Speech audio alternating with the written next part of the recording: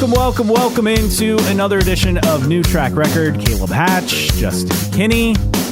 We have some fun stuff. We have some legal stuff. Meh. Oh, my fave. We have Indy Lights schedule. We have NASCAR and its impact on IndyCar. We'll get into some of that stuff. But we're going to start with the fun thing first because we have our winner from the Friends of New Track Record podcast, Fantasy IndyCar League from this year with us. But first off, hi, Justin. Hello, Caleb. How are we? We're doing well. Just keeping my eye on the court wires to make sure there's no more, we don't have any more lawsuits break here while we're recording the podcast. That's completely fair. Well, let's get away from the court wires and get to the fun stuff. We welcome in our winner of the 2023 IndyCar Fantasy Challenge for the Friends of New Track Record Podcast League. It is Jeremy. Team name, I Thought You Had the Keys. Jeremy, welcome to the program. Thanks a lot, Caleb. Hey, congratulations, Jerry. Let's clap it up first. First off, for a championship, job. It was a points race that was much more exciting down the stretch than with the actual IndyCar series. I held off Stux Racing by 5 points to win the championship. The replica Astor Cup is on its way, but Jeremy, take us through your strategy. Did you have a driver that you always picked every week? Is it a team that you favor? How did you get this championship? Well, I honestly just took a fantasy baseball approach, and I wasn't trying to pick the winner necessarily every week, but trying to get the most points for the budget. So you picked both Foyt drivers every week. Is that what I'm hearing? I picked Santino more than I thought I would. Yeah, I can see that. Yeah. That probably paid off quite well. Budget. Yeah, that's right. So how many years now were you in the league in previous seasons? No, this is the first time I've ever done fantasy racing. Wow. A rookie comes in and just schools everybody. Wow. A real Juan Pablo Montoya. Yeah, very much so. With this. Real Alex Rossi here. So you get the win your first year. You mentioned, working the budget. Was there anything that you felt like gave you an advantage over other people, or are you one of those like this is just pure dumb luck? I just paid attention. I tried to catch qualifying and practice as much as I could, so I'd have an idea of who's having a good weekend and who's not having a good weekend. you probably also didn't forget to pick races like me like a couple of times. Every year it's like I miss one or two. I think this year I missed at least two, maybe even three. I'm sure you didn't miss any races. No, he was actually on it. But I set reminders up on my calendar on my computer, so to try to avoid that. Because when you only have 17 chances here, missing one's not good. Have you ever won, so outside of racing and fantasy racing with this league, have you ever won a fantasy football league or an NCAA bracket pool, anything like that? Yeah, fantasy baseball a few times. Okay. So you're well versed in this, and so again, you probably have a good strategy. We're not going to make you reveal any of those things for future endeavors in fantasy sports, including IndyCar. But what was kind of the biggest thing you took away from this experience? Like, if you had one tip that you'd be willing to share with people, what would your tip be? I would say you're not picking 4 drivers every week.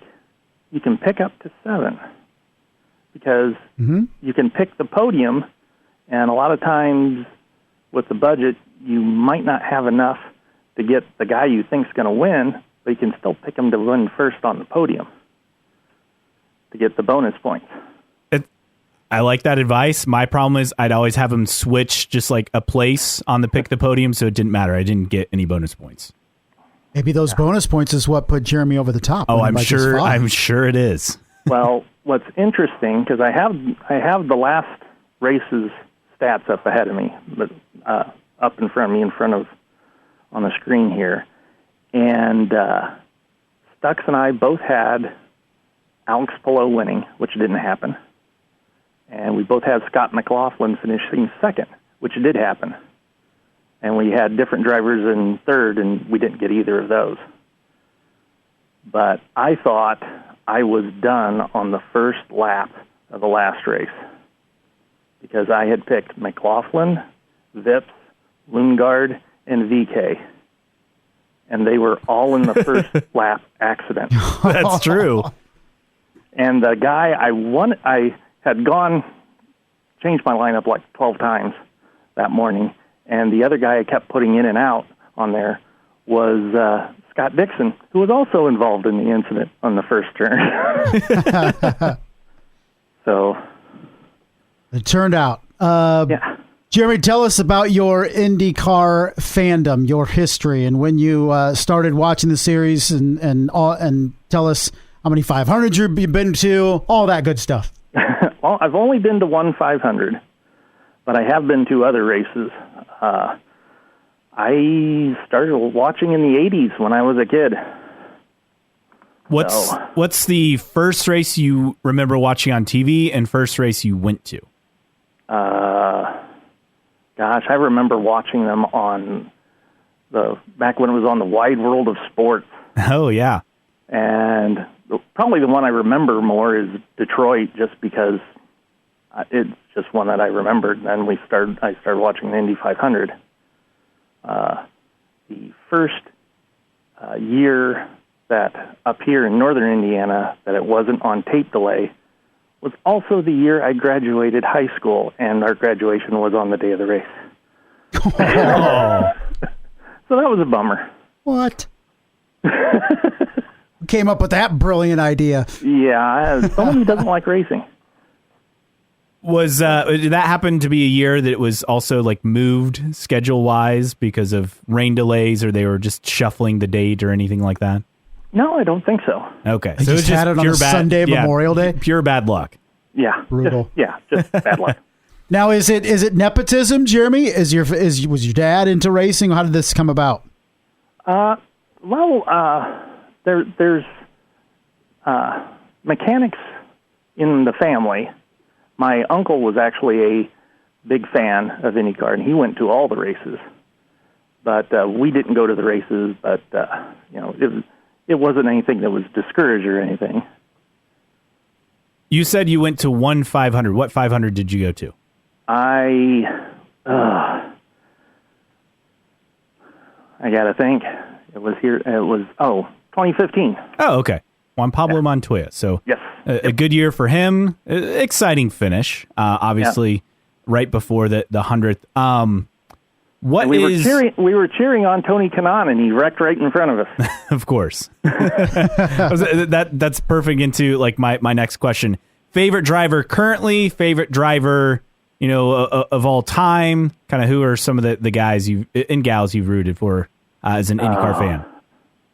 I don't know. Geez, to pick just one driver. I was a Paul Tracy fan in the past, and then I kind of fell out of favor with him. I just, he was doing Paul Tracy type stuff. And I was a Sebastien Bourdais fan, and then I had a time in Denver where they had I was there for the race, and I was in the autograph lines, and they had Bourdais and Tracy on opposite ends of the tent.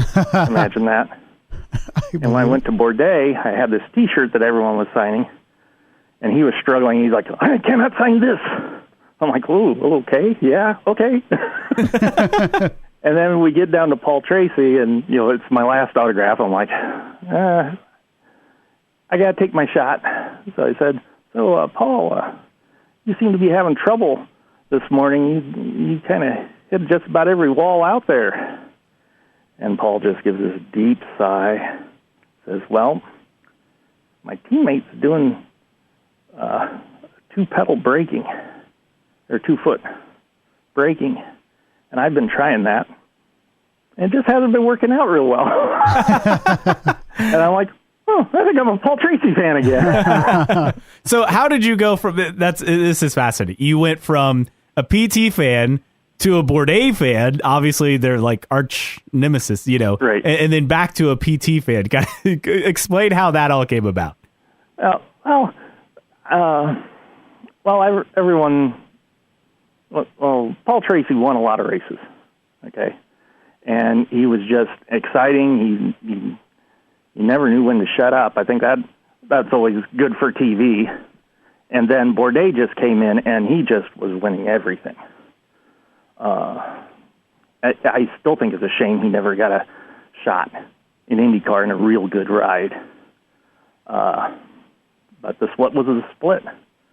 And then just, again, here I am giving Paul Tracy my best shot, and he's just like, yeah, you're right. I've been having a bad day. Our winner from our IndyCar Fantasy League, Jeremy, joining us, and you're also from the Fort Wayne area. So how did you learn about the show? I'm pretty sure I saw it on iTunes. I think back when it was still iTunes. Yeah. And it was recommended, and I started listening, and it's just a really fun show. So what keeps bringing you back? Why do you listen to us each week? Well, you're not haters, but you also don't sugarcoat anything either. Because there are some podcasts that are a little more corporate, and they're fine too, but you just kind of give an honest representation of what you think. I like that. So I have to ask an honest question. Is Tony Kanaan an IndyCar legend? I think you'd have to say he's a legend. I'm sorry, the phone line's cutting out, Jeremy. Sorry. But there is something you guys should know, because I'm not sure you quite realize this. In your group of how many was there, 40 people in the league, something like that? Yeah, I think it was closer to 50, right? Yeah, it was like 45 or so, I think. Okay. It was a lot. So, out of those, overall, you had the 8th place finish and the 11th place finish. Overall. Wow. So we have some knowledgeable listeners. Yes. Much more knowledgeable than us. We are a smart group of people. Yeah. For a split second, I thought he was talking about one of us finished 8th and the other finished 11th. I'm like, no, we didn't. We're not very good. We're not very good at this. No, we can barely talk about the sport, let alone pick who's going to win. And for an added bit of humor, perfect timing, today in the mail, I got my Firestone hat for coming in 8th place. There you go. How about that? Well, I sent you a message because we also owe you a sticker. So make sure you get back on that. I'll mail you a sticker for being our winner. Also, this is obviously part of your award, is to boast on the podcast about how much better you were at IndyCar Fantasy compared to everyone else in our league. So you've been an IndyCar fan for a long time. Yep. You were a fan before the split, during the split, obviously now after, post-split. The sport's changed a lot. Like where do you kind of feel like things are going? Do you feel optimistic, pessimistic? Kind of how do you feel about the sport moving forward? I think they've got a good direction going. I think they're to the point where, especially when it comes to tracks, and sanctioning fees, they're willing to do what it takes to get a decent schedule without being held down too much by certain track owners and stuff. But where I have concerns is the things that are going on outside the track. Like some of their licensing, they need to figure that stuff out. And, especially for the gaming. And I'm still very concerned about race control. Aren't we all? Because if part of their plan is to get more into like your DraftKings and those type of betting things, I don't see where having a race control where you can't depend on what they're doing is going to be a good thing in the bookmakers' eyes. It's a really interesting point, Justin, because we haven't really correlated those two things together. But like, if you want IndyCar odds, you feel like, if you're a sports book, you need to be able to trust the governing body, if you will, to have some consistency, because there's too much unpredictability with things that impact, who wins or finishes on the podium, which those are the type of bets, obviously, you can place. Like, that's pretty important. Yeah, you got to be able to be reputable for those draft books. They got to make money, and they got to have a trustworthy product as well. But no, it's a great point. But in terms of what you'd like to see, Jeremy, some people want to see a third OEM. Some people want to see a return to Michigan. Some people want to see bumping back at the 500. If there's one thing you could add to the IndyCar series right now, what would it be? I would say good, clean racing. Simple answer, but yeah, I mean, with what we saw this year, where anytime we thought something was a penalty and it wasn't, and vice versa, yeah, I can't blame you for that take. Jeremy wants good, clean racing, just like Paul Tracy. That's what he wants. That's what I'm hearing. Another on that note, I remember watching him in Cleveland go through 4 nose cones and still win the race. Yep, sounds like Paul, doesn't it? Yeah, Paul Tracy, who I served as his Uber driver one time. Not, you did? Yeah, not literally. Like, I wasn't driving for Uber, but he was like waiting for his Uber after Gateway in like 2018. Okay. And I saw him. I just said, like, "Hey, PT, what's up?" And he's like, "Hey, do you mind giving me a ride?" I was like, "Sure." It was the most bizarre experience of my life. It was crazy, but he's still nice in guy. the car. I see him out there. Yeah, he's still in there. He's still out there. But so you've been a fan for a long time. Like, is there anything else you want to add as far as like maybe the direction or something? Like, is there a particular track you really want to see back on the schedule in the future? When it comes to tracks, I would just like to see a nice balance of oval, street, and race again. And, road race, I'd like to see a nice balance. So, get some more ovals to help balance things out there. I just think that's IndyCar's roots. And it'd be good to get back to that.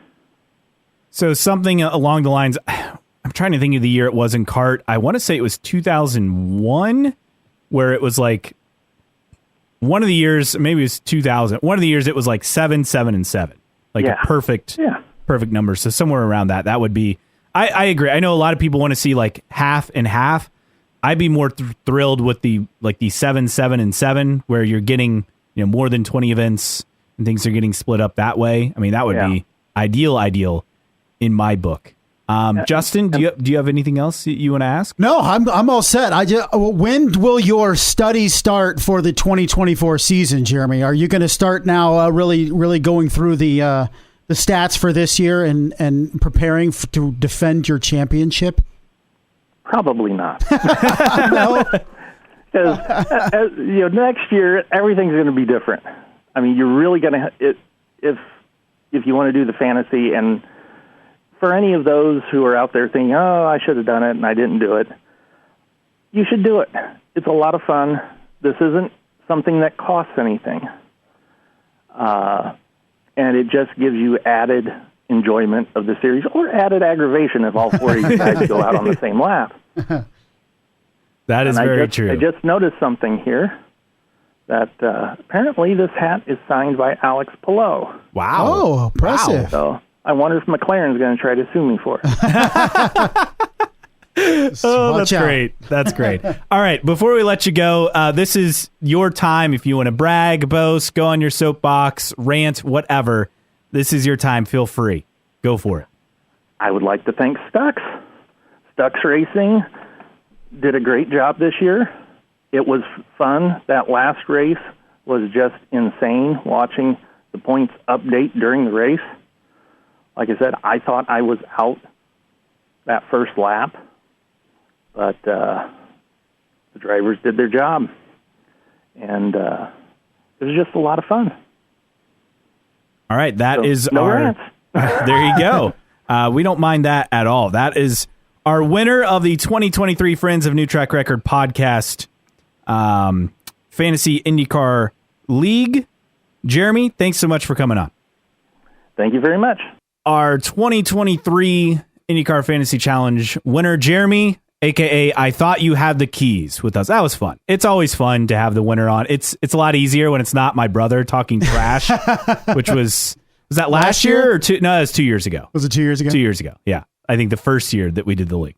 I appreciate everybody who participated, and we'll fire it back up pre-St. Pete in March. Looking forward to it. Now, I wonder, will we have to set lineups for thermal? Like, will there be like a special bonus? Like, how's that going to work? I would say so. I say it should count. I think so too. I think it will. I mean, they have you pick qualifying for the 500. Why won't they have you pick a race? So I imagine that'll be a thing. Looking forward to it. Yeah. I think it should count just because it's another data point. Race, yeah, it's a race. Like, I get it's non-points paying for the drivers. It doesn't mean it's non-points paying for IndyCar fantasy. I would imagine it will be. I hope so. We shall see. I mean, they do fantasy for IndyCar, or not IndyCar, for excuse me, Indy 500 qualifying, right? So yeah, that's what I said. Yeah, I would say that would count for sure. Definitely. All right, so that was the fun part. Now we got to get into like the boring and legalese. Yes. So the other headlines this episode, the legalese. So we start with Alex Palou. Just when we think all this is over, there's more, right? I mean, it's just this is like never ending, and now McLaren is suing him for $23 million in damages for bailing on his contract, and you can go into all the details as far as the different levels, but there's a filing late last week on it, 17 pages long. McLaren obviously upset that he left and didn't show up for his F1 test gig, the $400,000 contract advance. But the $23 million, I mean, that's a lot of money because you're looking at sponsor obligations, the F1 reserve driver role, the $400,000 advance. I mean, the fact that I'm sure it was a multi-year deal, so I'm guessing that's where you're getting $23 million as opposed to, like 10 or 11. Right. It's a lot of money. Now, obviously, they'll go through the court system. The interesting part to me in all this is that McLaren is not seeking repayment of legal fees it says it covered for Palou in last year's fight with Ganassi. Amazing. It's nice to see they made one concession. They're not getting that much money back. No. They'll settle for something. It may just be a tenth of that. Who knows? But Alex Palou created this mess. He now has to figure it out in the courts, or at least his people do. And I imagine that McLaren will get some restitution here, but it's not going to be $23 million. No, I don't think so. But it's $15.5 million in lost revenue under official partner agreements with sponsors, $3.5 million from third parties surrounding his participation in its testing program. So that's some of the money as far as where this comes from. Obviously, I mentioned the $400,000 advance. But here's the thing. He's lucky he has not one, but two $1 million bonuses, and I get it. Some of that money is obviously taxes. Some of that's probably going to a team owner, but at least he has some money out of that, plus all the race win bonuses and the fact that he's getting a huge raise in his contract for 2023. I'd be curious if it is more than what he was getting at McLaren. One would hope. You would hope, but are they going to be garnishing wages next year?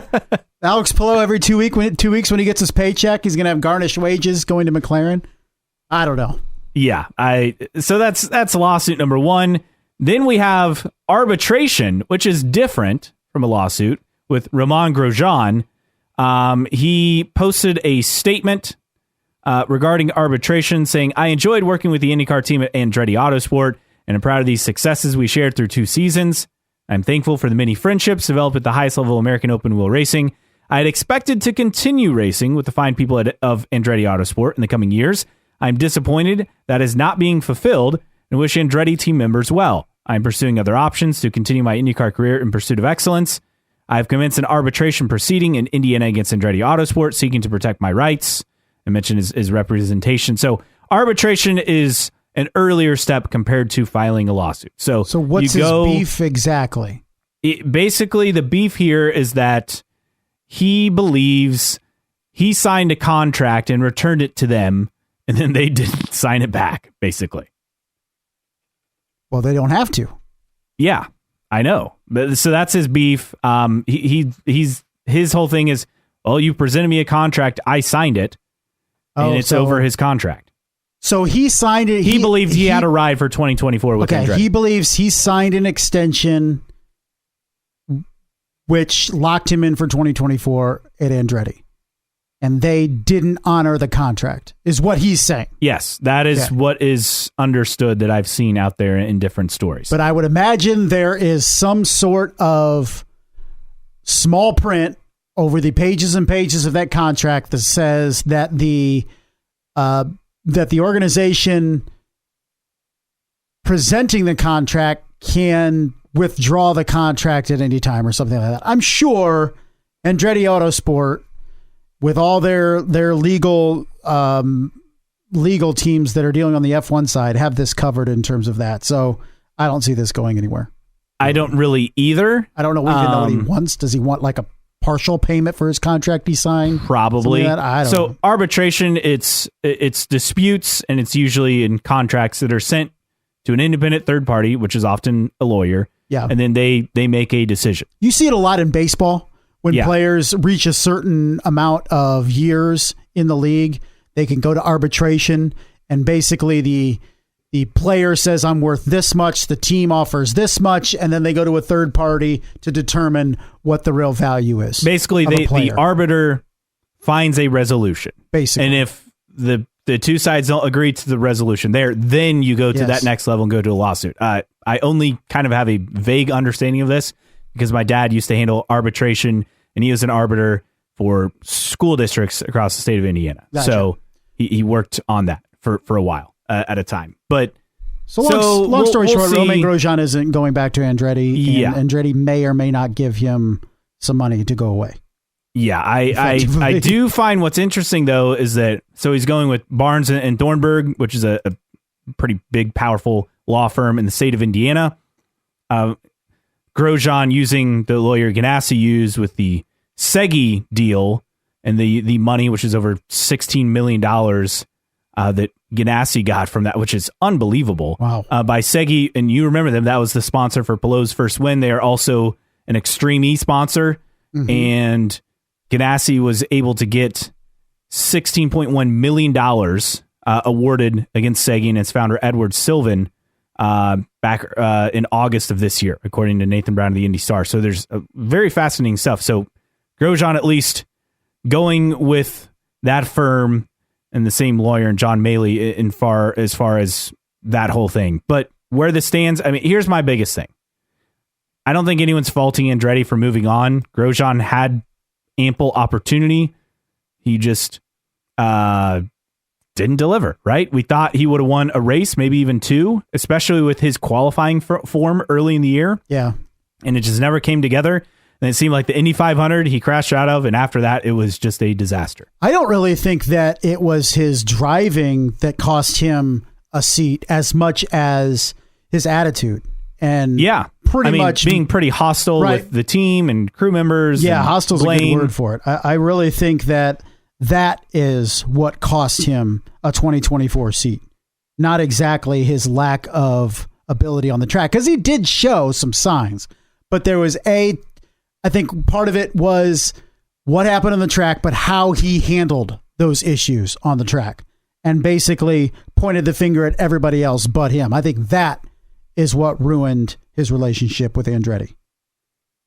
Yeah. And, I'll be honest, I still think I find myself, I'd be surprised if he has a full-time IndyCar ride next year. I really believe that. Yeah, I would too, because I just don't see him as somebody who's going to take a coin ride, for example, just to be in the series. I don't think he needs to. And I think, quite frankly, he feels he's above it, even though he may not be. But I just don't see him doing that. And I don't see any quote-unquote prime seats out there that are seeking Romain Grosjean to fill him. Meanwhile, the other headline across the week in IndyCar, Juncos, Hollinger, and Arrow McLaren have formed a strategic alliance. Now, not a technical alliance. There's no technical alliance aspect in this. The technical alliance is Penske and Foyt, correct? Yes, correct. Okay. So Ed Carpenter is the only Chevy team without some sort of alliance or partner. They could use it. Yes, they could, based on the results last season. With this, I find it fascinating because I think the number one thing is there's sponsor money that could go on one, if not two cars. I read different things from different sources here, but obviously the overflow sponsors will probably go to Callum Ilott, who we know McLaren is high on. could potentially go on the 78 as well. If it does go on the 78, you'd think that'd go a long way in keeping Canapino with the team, because he's, again, waiting on funding, and that's a huge aspect due to just economic troubles in Argentina. But we know Callum Ilot's back with the team. Canapino is perhaps back, but there is no shared technical data here. They could share test days, which helps with costs, but they're not doing session debriefs. They're not going over engineering data together. I just find this very curious. McLaren essentially went out and feels like they went out and bought a junior team, not just giving them any benefits, though, as far as helping the drivers beyond, we'll give you overflow sponsor money, which, again, I get it. That helps budgets and whatnot. Well, I think that's what it comes down to. I mean, you can't gloss over it, because that's all this sport is about money. And this is a cash infusion into a Juncos Hollinger outfit that you could say right now looks like it's struggling to find the budget to run 2 cars next year.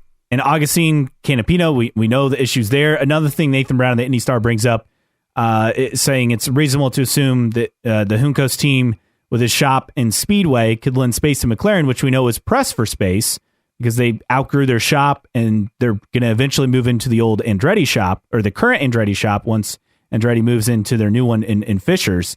So that gives them a bit more space. And the Juncos shop it's not massive, but it has space, and they're not running an IMSA program anymore. They were at the time when I toured it a couple years ago. So there's space there.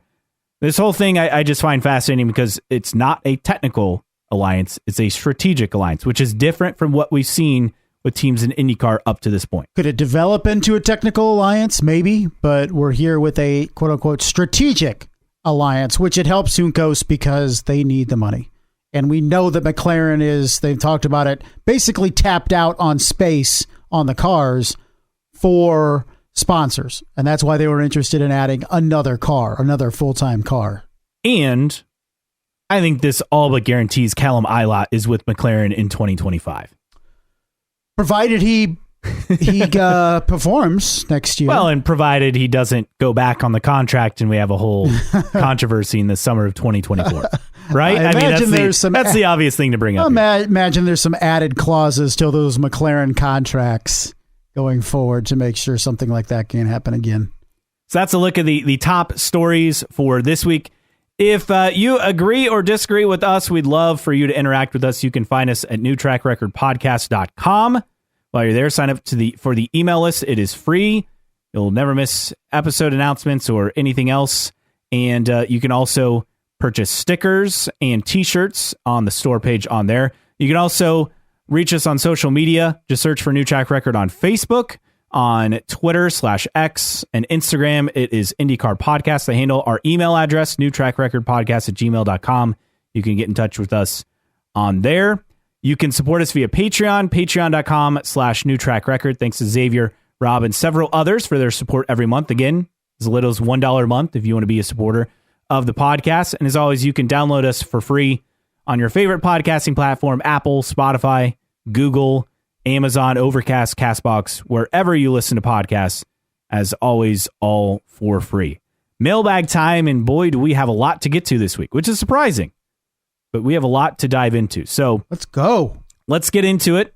Entries on the mailbag. So first one from Vicky Lynn 26 from last week's episode about Texas. I don't think 1 year will make a big difference. You guys kept saying the same thing about Toronto, and they couldn't go because of COVID, and it's as good as ever, if not better.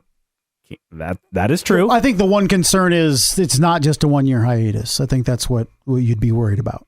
She goes on to say, I'm with Justin, though. Prefer to watch Texas on delay. Too nerve-wracking live. It is, seriously. I can't handle it. I don't know. Maybe I just...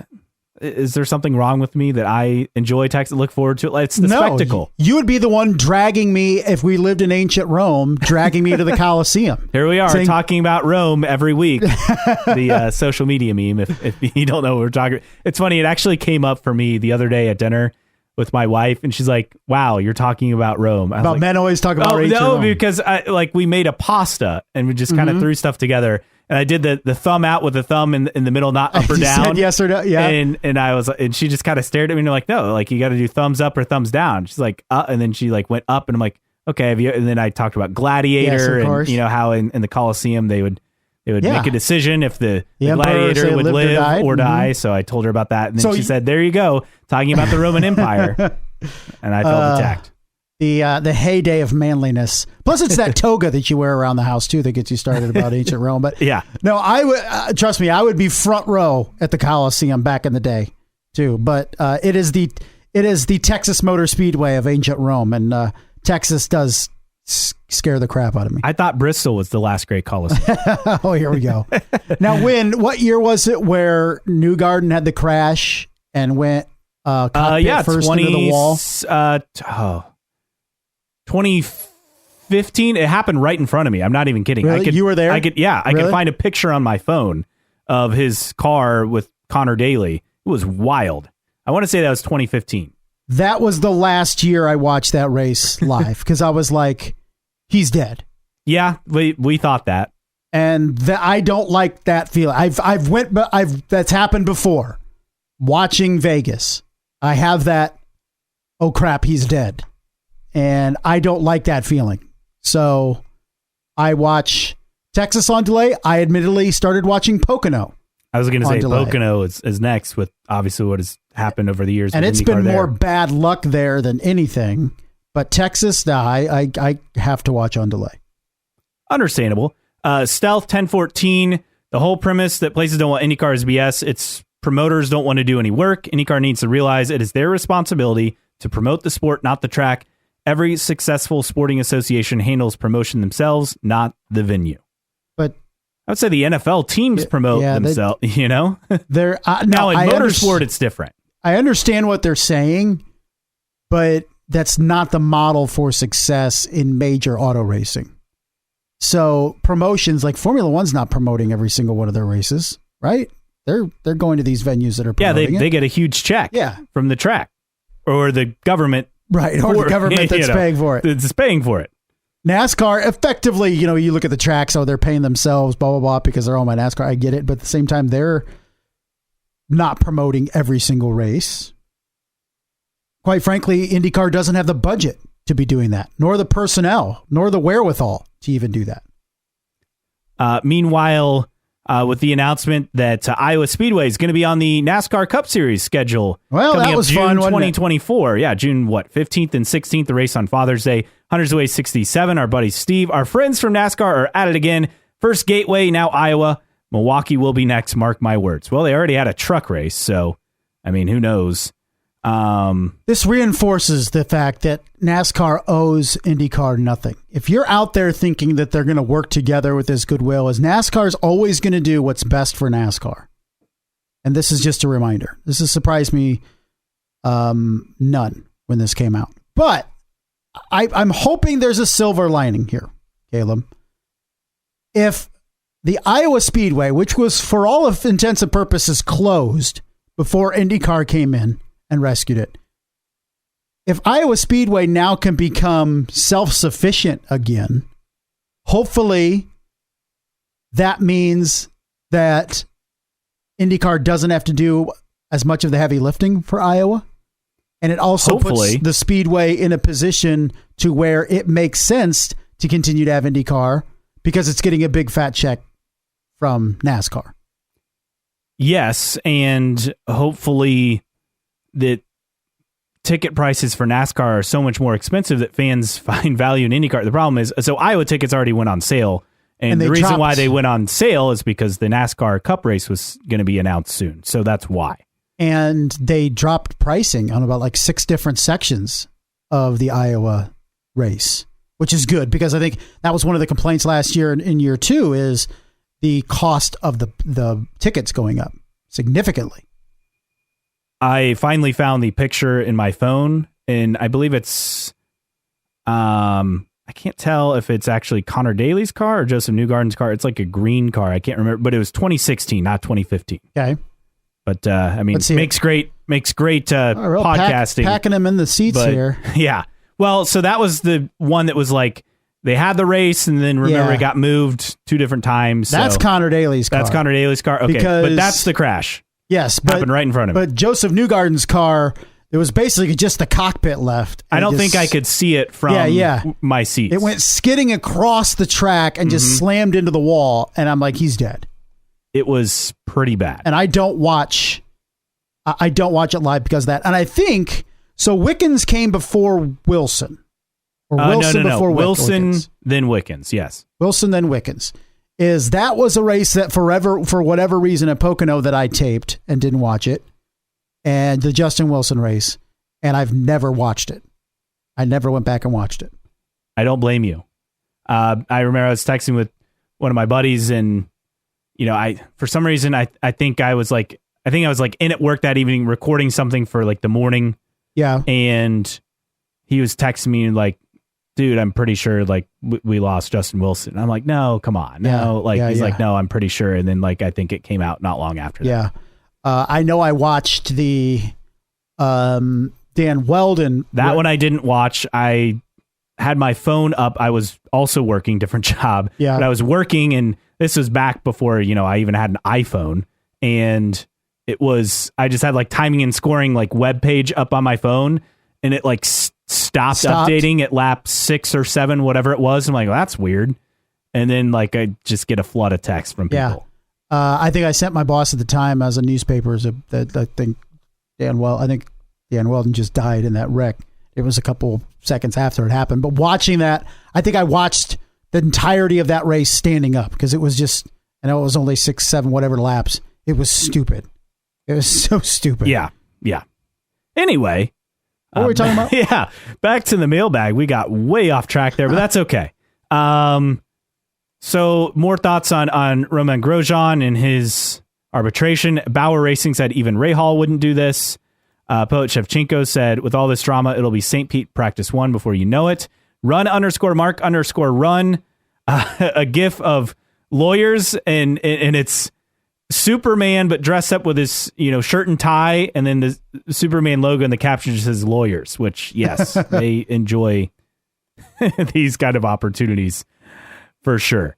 Other notes, people talking about Grosjean at a lot. I posted this. It's crazy that Romain Grosjean went from one of the most popular drivers in IndyCar in 2021 to a guy people had enough of just 2 years later. Got a lot of replies here.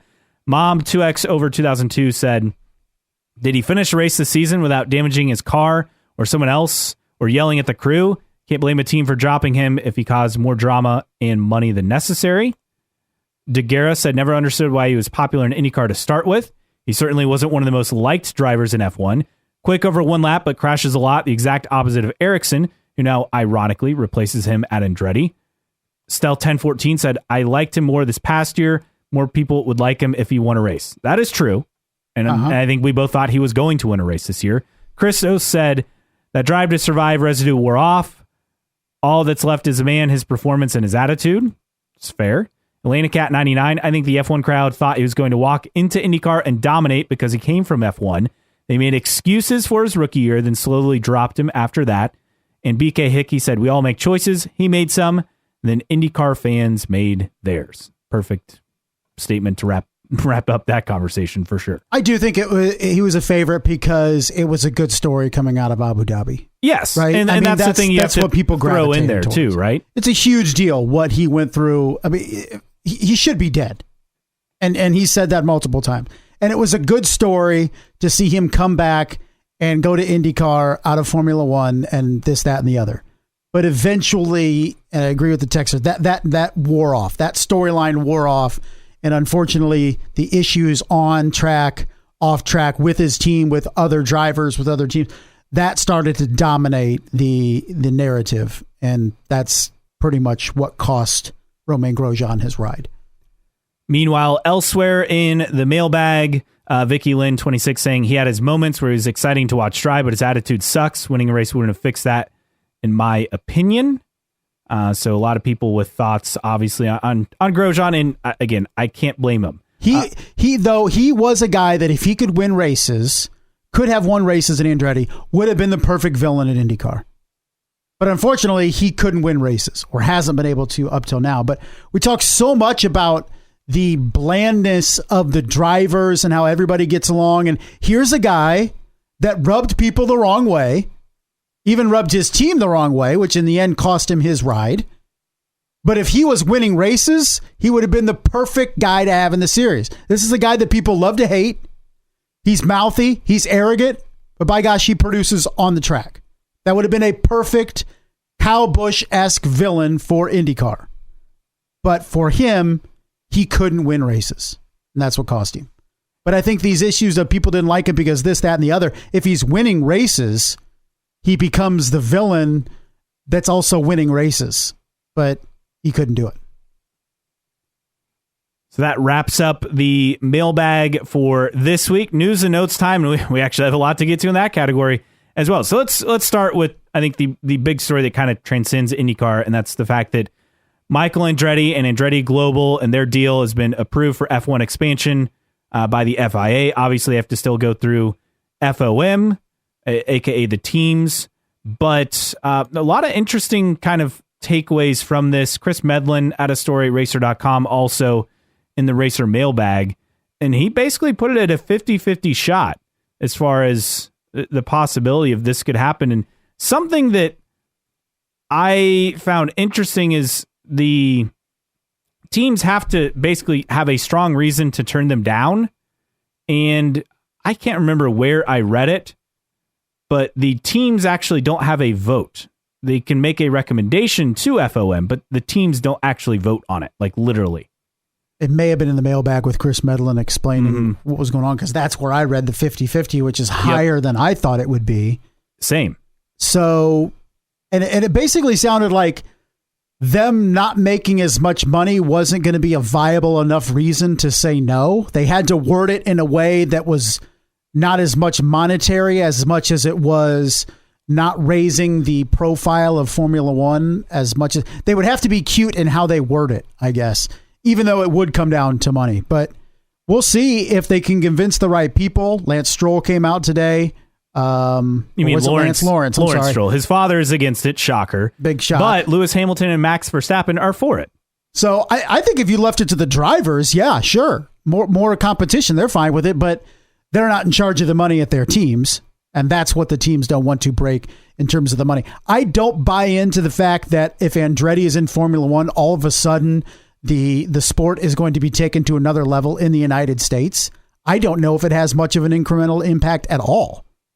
Not with the impact they've already had since 2020. Correct. But I do think because of an American team with an American driver on a team name that people recognize, yes, Haas is technically an American team, but they've never really embraced that aspect at all. Right. And I think that's hurt them, to be honest.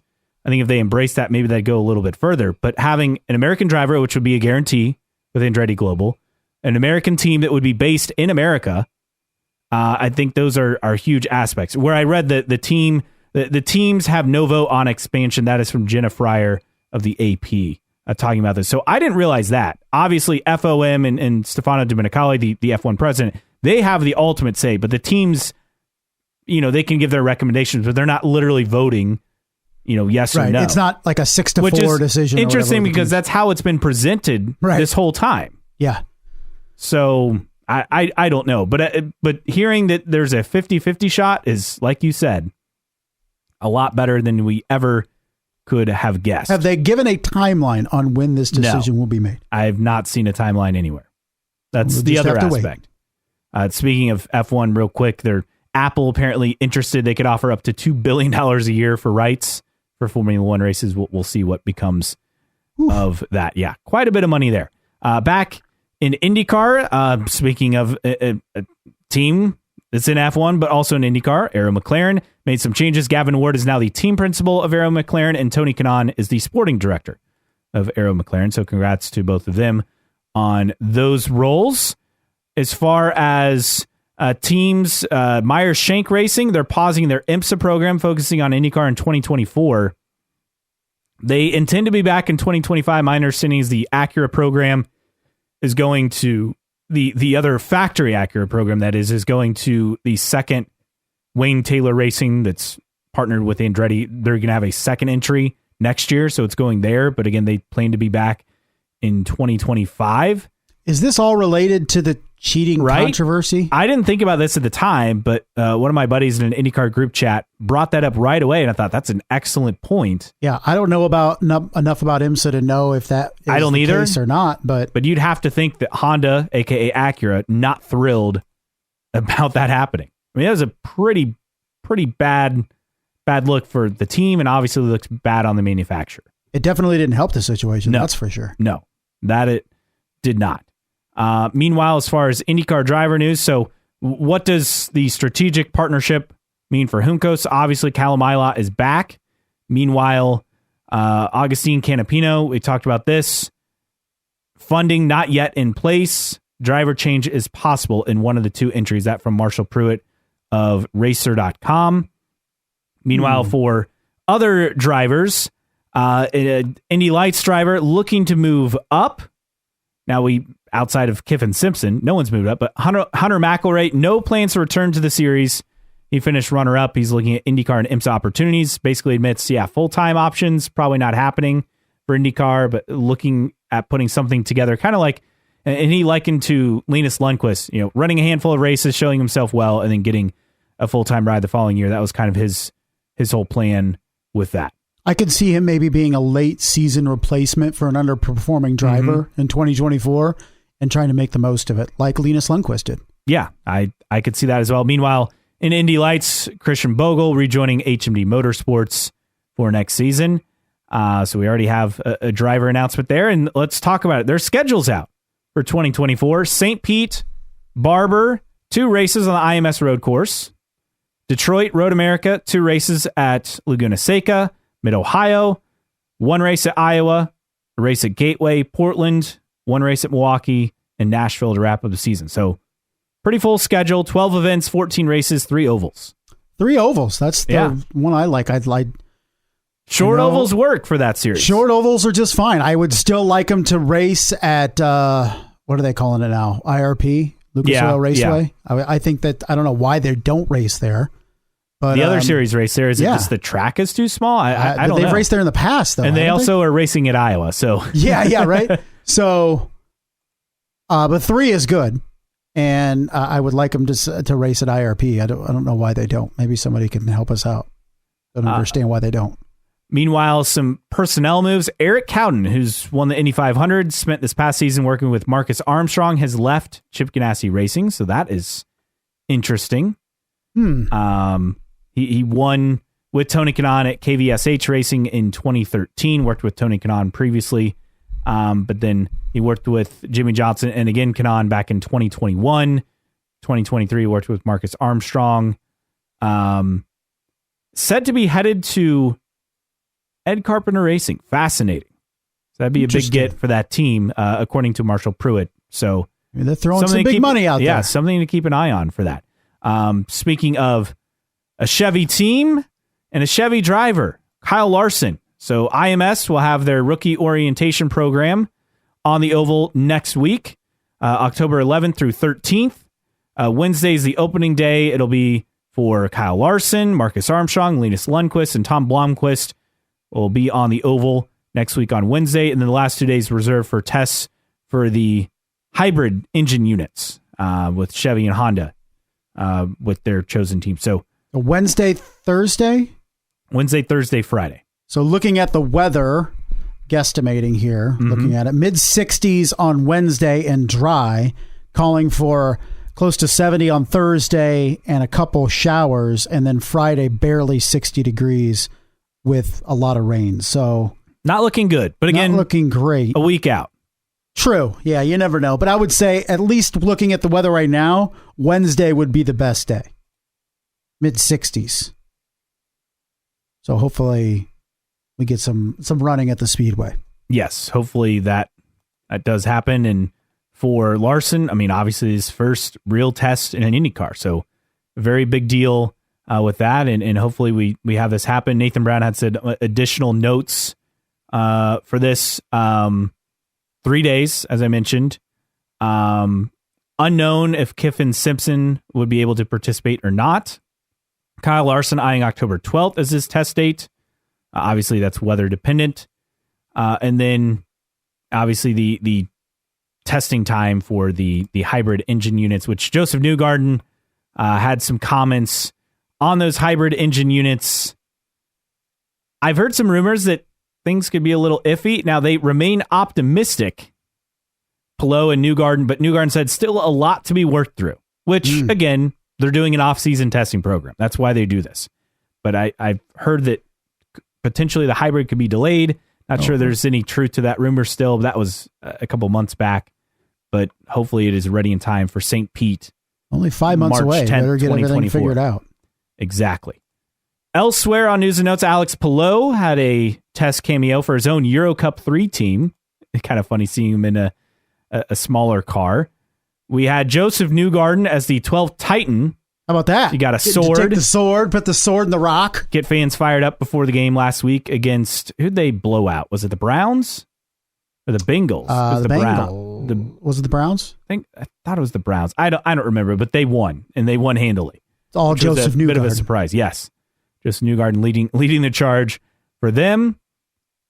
Continuing on with our news and notes aspect, so a couple more details on Iowa that I found fascinating. So Xfinity Cup, the Cup race, June 16th, will be a night race. And the entitlement partner, this is from Bob Pockris, Iowa Corn Promotion Board and Iowa Corn Growers Association. Just stick the knife in and pull it right out. Put it in there. Now, we'll have to watch the broadcast because they'll have to do an interview with somebody involved in Iowa corn, yes, and how important it is, and blah, blah, blah. And well, you could do it with ethanol with IndyCar. I don't know if you could do it with Cup about the gasoline, all that stuff. But I don't. This is the thing. People get frustrated, but Iowa and Iowa corn grow. I don't blame them because NASCAR is a bigger deal. That's just the way it is. What's fascinating is it's a Saturday-Sunday weekend, Xfinity Saturday, and then Cup Sunday, but it's a night race for Cup, 6 p.m. Central Time, which would be 7 Eastern. And it'd be both races are going to be on USA. So I just find that fascinating. They're running a Sunday night race in mid-June. Yeah, that's kind of weird. Just odd. Meanwhile, Texas is hosting NASCAR on April 14th, as expected. Just for the update for you there. Another NASCAR note relates to IndyCar Motorsport Games. iRacing has acquired NASCAR's console video game license. Of course they did. From Motorsport Games. They intend to put out a new NASCAR console video game in 2025. Which is what we hope eventually happens with IndyCar, that they're get out of that debacle with Motorsport Games and are able to go to iRacing. So hopefully IndyCar is not very far behind from NASCAR. I'm sure iRacing prioritized NASCAR to get that deal done first, but the IndyCar game isn't going anywhere with Motorsport Games. The sooner it can get with iRacing, the better. Few notes from the Racer.com mailbag. Pruitt saying between 3,000 and 4,000 tickets made available for purchase for Thermal. Obviously, we had mentioned before, IndyCar Nation fan club members may get first access for that. Not really a big surprise there. To me, I'm fine with that. It makes sense. I don't really have any issues. I get it. A lot of people are upset, but I think this is okay with me for what they're looking to do. Another note in the mailbag, Marshall is saying it'd be interesting to see what the 2025 calendar looks like and whether Milwaukee drops to a single round. I think it's just a one-year thing for Milwaukee. I do too. And then as far as Cusick Motorsports and their entry, so for them to participate in Thermal, Don Cusick told Marshall that he'd need to commit to a full-time entry to take part in the $1 million challenge. So they're going to have to find a way. And Marshall added, if Brian Reinbold Racing Call said wanted to continue, I'm sure a deal would get done by the end of the week. But he hasn't heard anything about that happening so far. Also, that's lame, by the way. The two teams, info was off the record on that, according to Marshall. So that's why that's not been released. I think that's pretty, like, if you want to participate in that race and have a chance to win $1 million, you should be able to, whether you're a full-time team or not. I agree. That's how I feel. The more, the merrier. Yeah, right? Let's not restrict people from entering. If people want to spend the money, God forbid Don Cusick wants to enter a car in a race. Why are you telling him he can't? Silly. I agree. Also, he had this interesting note. I don't know if you caught this about kind of the vibe around the series. What he had to say. Someone was asking about with the car and the questionable TV schedule. And, is there any discussion, someone asking if doing things a bit differently? Marshall said, yes, I do hear important folks in the paddock express significant desires for changes. Most fear the repercussions of speaking out in public because the series owners attack and combat such things on a daily basis. I wish it weren't this way, but it is, and it didn't exist to this degree prior to Penske's purchase of the series in 2020. I think you're seeing very much a corporate attitude with Penske, and that's how he's become a billionaire, but it also doesn't make him too many endearing people within the organization of IndyCar. I think they're all thankful for Roger Penske and his team and what they've done, but I also think they're not open to ideas or suggestions. They feel like coming in, I get the vibe that they're like, hey, you had your chance to run this thing and you couldn't, and now we're coming in and rescuing you, and we don't care what you say. It's kind of what very much a corporate bottom line very environment, so. And that's nothing where matters but at. The bottom line, and IndyCar has become that. And to a certain it's extent, reflected that way. Yeah. Do I blame them? No, you got to make money or try to make money. I get it. Or you got to at least try to balance the books to make this thing financially viable going forward. I get it. But at the same time, it just doesn't work in a series that's starving for some sort of innovation and doesn't have any. And anybody that has any ideas to try to bring that to the series are shuttered pretty quick. Meanwhile, a couple other quick items.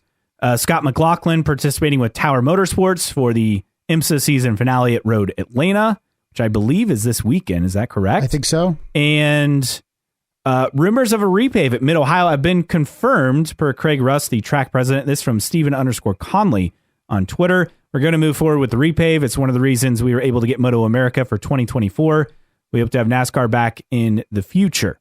Obviously, IndyCar is not going anywhere with that track, so don't freak out by that comment. But that's good news for that track. It's one of many improvements that I feel like is needed at this time. One of many. Meanwhile, tweets of the week time. And we have this from Nathan Brown. It was time for a profile refresh, and his little bio says IndyCar court reporter for IndyStar Sports, which I thought was hilarious. Meanwhile, Jeremy, who we just had on early in the show, had a quite funny tweet talking about the McLaren. And I tweeted, so McLaren now is a junior team in IndyCar, and Jeremy said, and Argentine fans have more drivers to yell at. They do. All right. What do we got? Random split era driver of the week? I think it's up on your computer over there. Who do we got? This is what I actually recognize. Andrea Montermini, Italian racing driver, raced in F1 for a couple of years, 94 through 96 with Simtech, Pacific, and Forti. 29 entries, 19 starts, no stats of note. During that time, his best finish was a 7th. That was in kart. My bad. So his F1 results really didn't have. So he was with I recognize it because he was with the Ford team. Wasn't Simtech had MTV? Yeah, he was with MTV Ford Simtech for one of the seasons, a DNQ. So not a whole lot of results there. Meanwhile, in IndyCar, his best finish was a 7th at Toronto. He also had a 9 at Laguna Seca. Both those coming in 1994. So he's with several teams in 94. He was at Peyton Coyne Racing, did not start at Surfers. And then he was with King Racing, 2 races, Cleveland and Toronto. And then Project Indy, where he just did that Laguna Seca. But 2 top 10s there. He did make 4 starts with Euro Motorsport in 93. And then was off for a few years because he went to F1, 94, 95, 96. And then randomly came back in 99 with Dan Gurney's All-American Racers. Ran Vancouver, Laguna Seca, Houston, and Surfers, and scored a couple points, best finish of 11th at Vancouver. He was all over. I mean, 5 different teams he was with: Euro Motorsport, Peyton Coyne Racing, King Racing, Project Indy, All-American Racers, over the course of 3 seasons. High finish was at Toronto with King Racing in 94, and then those 4 in the split era with All-American Racers. But yeah, this guy got around for 3 years in kart. So it's just kind of weird. So the MasterCard for 97, he signed with the MasterCard Lola team, which I kind of remember those cars. That folded after one race, no points in his Formula One career. Mentioned his Champ Car results. He also did the 2001 24 Hours of Daytona. Also did a couple of 24 Hours of Le Mans in 98 and 99 with Nissan entries, both those years. 6th overall in 98, 6th overall in 99. That's about it. Did some racing, too, with the illustrious Jarek Janis, too. I think a former random in 2006, he raced with him. And then in 2007, he won the International GT Open's GTA class, driving a Ferrari 430 alongside a champion whose name I can't even come close to pronouncing, so I'm not going to try. They were overall champions following season, won a second overall championship title in 2013. So there are a couple other entries here. But yeah, again, another guy, never heard of, handful of races. They just keep on giving. From Italy, Sassuolo, Italy, still with us, 59 years old, Mr. Andrea Montermini. This week's Random Split Era Driver of the Week. All right, and with that, anything that we missed that came in during the show? I do not think so. I think you did a bang-up job. Oh, wow. Covering everything. Well, that covers it for this week. Thanks for joining us. For Justin Kinney, I am Caleb Hatch. We'll be back next week as the off-season rolls along in IndyCar with the latest news, storylines. I'm sure we're going to have a slow week, right? We have not had that yet. I'm sure. We'll be grumbling in January, I'm sure, with nothing to talk about. All right. Well, thanks so much for joining us. We'll be back with another episode next week of New Track Record Podcast.